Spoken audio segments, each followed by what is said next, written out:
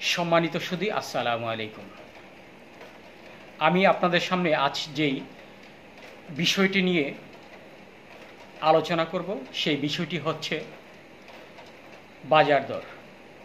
এর পূর্বে আমি একটু কথা বলি। গত কয়েকদিন ধরেই বাংলাদেশে কোটা সংস্কার আন্দোলন চলছে।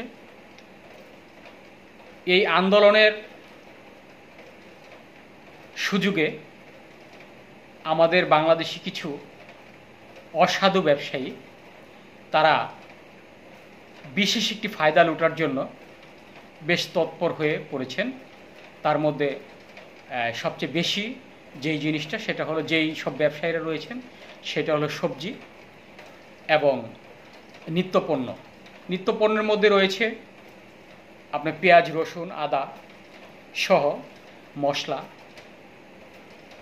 আপনার সবজি, যেটা বিভিন্ন ধরনের সবজি রয়েছেন, আলু, পটল, ভেন্ডি, এই ধরনের সব ধরনের আপনার নিত্যপণ্যের কথায় আমি আজ আলোচনা করব।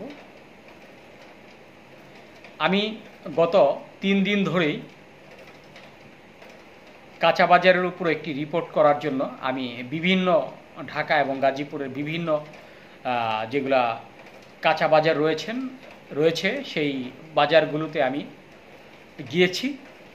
তার মধ্যে গত সপ্তাহের তুলনায় আজ এবং গতকাল যেই দৃশ্যটা আমার চোখে ধরা পড়েছে, যেই বৈষম্যটা ধরা পড়েছে, সেইটা হলো আপনার পেঁয়াজ যেখানে 90 টাকা ছিল, আজকের বাজারে সেটা 110 টাকা, অর্থাৎ কেজিতে 20 টাকা বেড়েছে। রসুন, যে রসুনটা গত সপ্তাহে ছিল 230 টাকা, আজকের বাজারে সেটা 250 টাকা, 260 টাকা। আলু 55 টাকা থেকে 65 টাকা পর্যন্ত হয়েছে। আর সবজির কথা যদি বলি, সেটা আপনার প্রতিটা সবজি আপনার কেজিতে 10 টাকা 20 টাকা করে বেড়েছে। এই যে আমাদের এই বাজার এই সরকারিভাবে যে মনিটরিংয়ের কথা ছিল, বলা হয়েছে যে প্রতি সপ্তাহে বাজার মনিটরিংয়ের ব্যবস্থা করা হবে। আসলে আমি গত 15 দিন আগে বিভিন্ন যারা এই ছোটোখাটো ব্যবসায়ী যারা ফুটপাত থেকে শুরু করে বাজারে বিভিন্ন বাজারে ব্যবসা করছে, আমি অনেকের কাছেই আপনার এই তথ্যটা দিয়ে রেখেছিলাম যে যাতে যদি আপনার বাজারে মনিটরিংয়ের ব্যবস্থাগুলো হয় কিনা, আসলে কারা আসে। এই গত 15 দিনে গাজীপুর এবং ঢাকার বিভিন্ন মার্কেটে কোনো মনিটরিংয়ের ব্যবস্থা মনে হয় না হয়েছে। তার কারণ হচ্ছে, আমরা একটি তথ্য মতো জেনেছি যে কোনো বাজার মনিটরিংয়ের ব্যবস্থা করা হয় না, যার কারণে এই অসাধু কিছু ব্যবসায়ী যারা একেবারে চাল থেকে শুরু করে চাল, চিনি, লবণ, আটা, ময়দা, তারপর পেঁয়াজ, রসুন, আদা, আপনার সবজি, এই সব কিছু আমি সব কিছু বলতে এই কিছু পণ্য, যেই পণ্যগুলো আমাদের নিত্য পণ্য, যেগুলো আমাদের প্রতিদিনই কোনো না কোনো বেলাতে সবসময় প্রয়োজন হয়, এই পণ্যগুলো প্রতিদিন দাম বাড়ছে। অথচ পেঁয়াজ আমদানি হয়েছে গত 1 মাস আগে, এই 1 মাস আগে আমদানি পেঁয়াজ যদি 85 টাকা বিক্রি করা হয়, আজ কেন 110 টাকা 120 টাকা বিক্রি করা হবে? আমি এই প্রশ্নটা যারা বাজার মনিটরিংয়ের ব্যবস্থা রয়েছে তাদেরকে এই প্রশ্নটা আমি করছি। গত 1.5 বছর আগে আপনার হঠাৎ করেই আটা এবং ময়দার দাম বেড়ে গেল।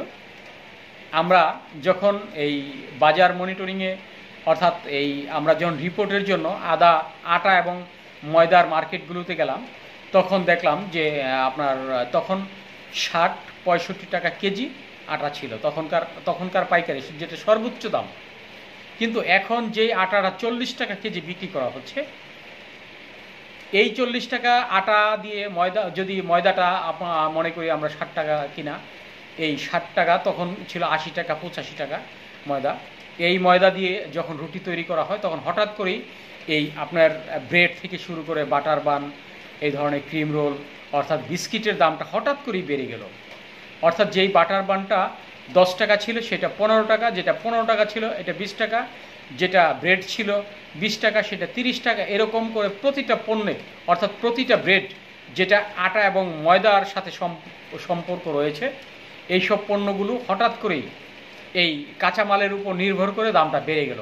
কিন্তু বর্তমানে সে আটার দাম 40 টাকা, ময়দার দাম 65 টাকা, 60 টাকা। কিন্তু এই পর্যায়ে এখন পর্যন্ত এটার দাম কমতে পারেনি, মানে কমেনি। অর্থাৎ ইচ্ছাকৃতভাবে আমাদের যারা বাজার মনিটরিং রয়েছেন, যারা ভোক্তা অধিদপ্তর রয়েছেন, তারা এই বাজার যদি মনিটরিং ব্যবস্থা করা হতো তাহলে এই ব্রেডের দামও সেই আগের জায়গায় চলে আসতো, সেই বিস্কিটের দামও আগের জায়গায় চলে আসতো। আমাদের কথা হলো যে যারা বাজার মনিটরিং ব্যবস্থা রয়েছে সরকারিভাবে, যারা ভোক্তা অধিদপ্তরে রয়েছেন, যারা ইন্সপেক্টর রয়েছেন, যারা খাদ্য অধিদপ্তরে রয়েছেন, আমি সবাইকে অনুরোধ করব যে আপনারা একটু খেয়াল করে দেখেন, যেই বিস্কিটের দাম ছিল 120 টাকা সেটা 200 টাকায় হয়েছে। কিন্তু আটার দামটা কিন্তু কমে গেছে, বেশ কিছুদিন হয় আটার দাম কমেছে, ময়দার দাম কমেছে, তারপরও এখন কেন সেই দামে বিক্রি করা হবে? আমাদের এই মনিটরিং ব্যবস্থাটা যদি একেবারে সরকারিভাবে একটু নিখুঁতভাবে অর্থাৎ সৎভাবে সেটা পরিচালনা করা হতো, অবশ্যই বাজার কখনোই সেই 5G স্পিডে চলতে পারতো না। আপনারা একটু খেয়াল করে দেখেন যে আমাদের এই মনিটরিং দুর্বল হওয়ার কারণে আজকে বাজার দর প্রতিনিয়ত বাড়ছে। আমাদের প্রত্যেকটা যারা এই পর্যায়ে রয়েছেন, যারা এই ফুড ইন্সপেক্টর রয়েছেন, যারা বাজার মনিটরিং যাদের উপর দায়িত্ব রয়েছে, যারা ম্যাজিস্ট্রেট রয়েছেন, তারা সবাই জানে যে আজকের বাজার দরটা কত, কালকের বাজার দরটা কত।